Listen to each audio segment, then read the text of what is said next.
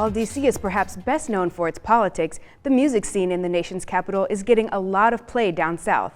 I talked to a local band about how they're trying to put DC's signature sound on the main stage. Rare Essence has performed go-go music throughout DC, Maryland, and Virginia for more than 3 decades. While the blend of funk and R&B has not been nationally embraced, band leader Andre Whiteboy Johnson wants to change that. I don't think it's solely a DC thing because other audiences can relate to it. Usually the blare of the horns and clash of the congas can be heard on local radio stations in the DC area. But Rare Essence recently became the first go-go band to perform for tech entrepreneurs at the South by Southwest Music Festival, deep in the heart of Texas.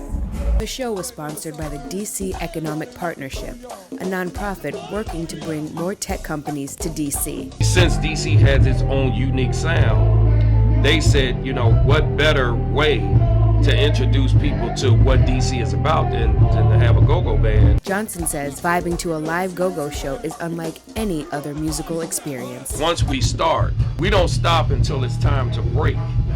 Go-go relies on heavy percussion and call-and-response lyrics to create non-stop jam sessions.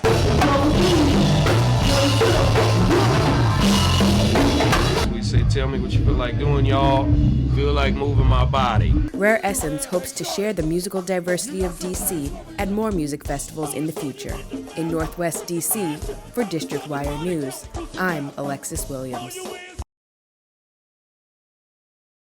Ginger Mord says she was surprised to learn how much purchasing power DC millennials have. The fiscal analyst contributed to a report that discovered the cost of living in D.C. for people between the ages of 18 to 34 was significantly less than other big cities based on median earnings. Even though housing is really expensive in D.C., the median cost for a one-bedroom apartment is about $2,000 in the city. Millennials here make a lot more money than in other cities. While the Noma neighborhood had the biggest influx of millennials between 2010 to 2014, I spoke with one DC resident who was drawn here to Columbia Heights. Kirk Jones checked out a bunch of pricey places before buying his condo. U Street, DuPont, Southwest Waterfront, they were all the kind of like young, cool neighborhoods with lots to do and all that stuff, but they were really expensive. The technologist says he spends 1/3 of his paycheck on his mortgage and about $50 a week on metro fare to his job in Virginia. I got kind of lucky and ended up finding this place, which was kind of a mess before I bought it, and I was able to renovate and put some money into it. I wish I wasn't paying as much for my housing situation as I am, but it's worth it, it's an investment.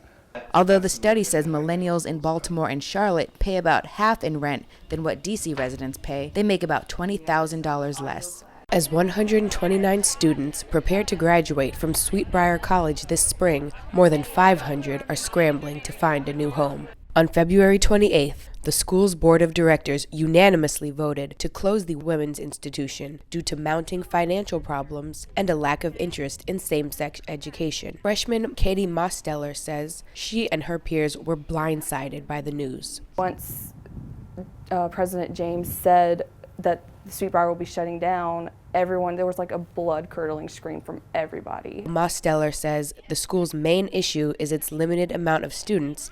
Amy Ciccone, director of college guidance at Stone Ridge, an all-girls high school in Bethesda, Maryland, says there's more to closing a school than numbers. It has to do with money, the competition for students, the overwhelming number of small liberal arts colleges that are all vying for the same student. Members of the Sweetbriar community say there are many ways to keep the school open. Ellen Patera is a part of the board of directors for Saving Sweetbriar. Women's education is critical. It just opens a world to them that they may not have known existed.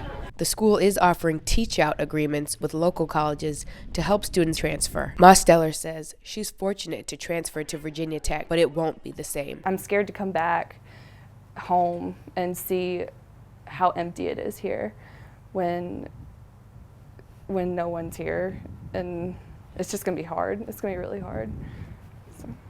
Yeah. Sweetbriar will close its doors on August 25th. In Virginia, for District Wire News, I'm Alexis Williams.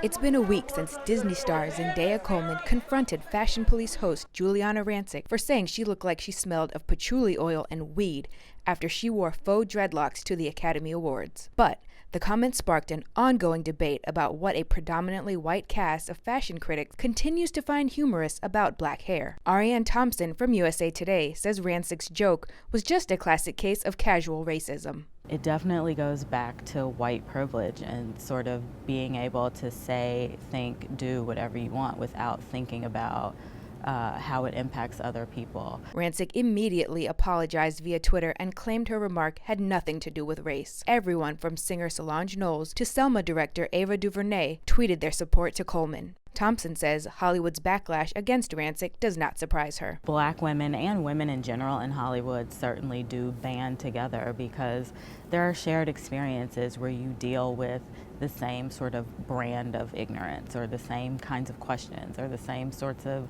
uncomfortable situations, and so you get it. Thompson says more questions should be asked of the Fashion Police. What authority does the cast of Fashion Police have to talk about people's style? Whose standard of beauty are we talking about? Whose preferences are we talking about? So this kind of stuff happens all day, every day. Who's in the writer's room at Fashion Police? Who's behind the camera at Fashion Police? Who's sitting in on these tapings? Fashion Police returns to E! On Friday, March 30th without co-host Kelly Osbourne, who quit the show in light of the controversy. Alexis Williams, District Wire News.